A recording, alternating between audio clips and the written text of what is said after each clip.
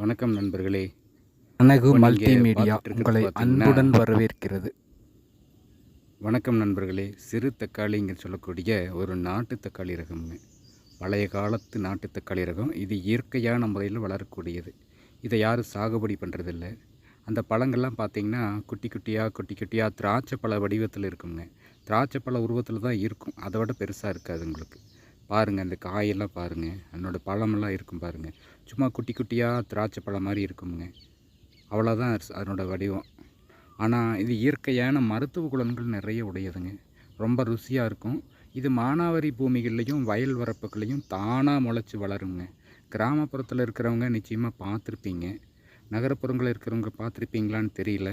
இருந்தாலும் இது எங்காவது பார்த்தீங்கன்னா, இதனுடைய ஒரு பழத்தை எடுத்துகிட்டு போய் நீங்கள் விதை தயார் பண்ணி முளைக்க வச்சு வீட்டில் வச்சுக்கலாம். வீட்டு உபயோகத்துக்கு நல்லதுங்க இது.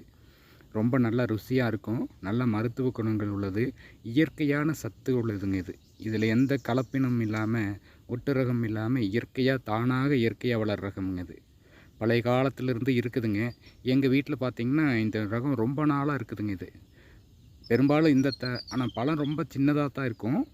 ஆனால் நிறைய பழம் பொறிக்கணும் இதுக்கு. ஒரு தக்காளி பழம் நம்ம நார்மலான தக்காளி பழத்துக்கு கணக்கு பார்த்திங்கன்னா இது 10 தக்காளி பழம் பொறிக்கணும்.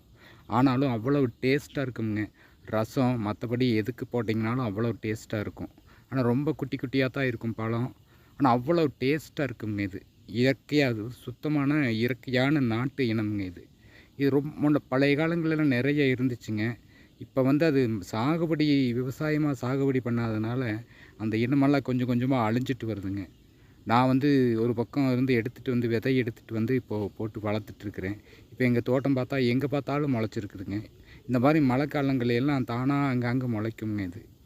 இது எங்கே பார்த்தீங்கனாலும் ஒரு பழம் அதில் ஒரு பழத்தை எடுத்துகிட்டு வந்தீங்கன்னா அது போதும். ஒரு 20 விதை இருக்கும் அதில்.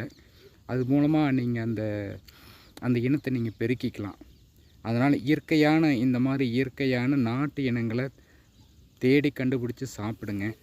இதில் எல்லாம் எந்த விதமான கெமிக்கல் ரியாக்ஷனும் இல்லை. வீரிய ஒட்டு இனம்ங்கிற பேரில் இனங்களுடைய பண்புகளை மாற்றுறது கிடையாதுங்க. இதெல்லாம் சுத்தமான ஒரிஜினல் நாட்டு இனம்ங்க. வணக்கம் நண்பர்களே. இந்த மாதிரி தக்காளி ரகங்கள் நாட்டு இனங்களை தேடி தேடி சாப்பிடுங்க. வீட்டு தோட்டத்துக்கு இந்த மாதிரி வச்சுக்கலாம். நம்ம சாகுபடி பண்ண முடியாது, இதில் அதிக மகசூலெலாம் கிடைக்காது. ஆனால் வீட்டு உபயோகங்களுக்கு பார்த்திங்கன்னா இந்த மாதிரி ரகங்களை வீட்டு தோட்டங்களில் மாடி தோட்டங்கள்ல எல்லாம் ஒரு 2 செடி இருந்தால் போதுங்க. நிறைய பழம் பழுக்கும், காய்க்கும். நன்றி நண்பர்களே. வணக்கம். ஆதரவு கொடுங்க. சப்ஸ்கிரைப் பண்ணுங்கள், ஷேர் பண்ணுங்கள், கமெண்ட் பண்ணுங்கள். நன்றி.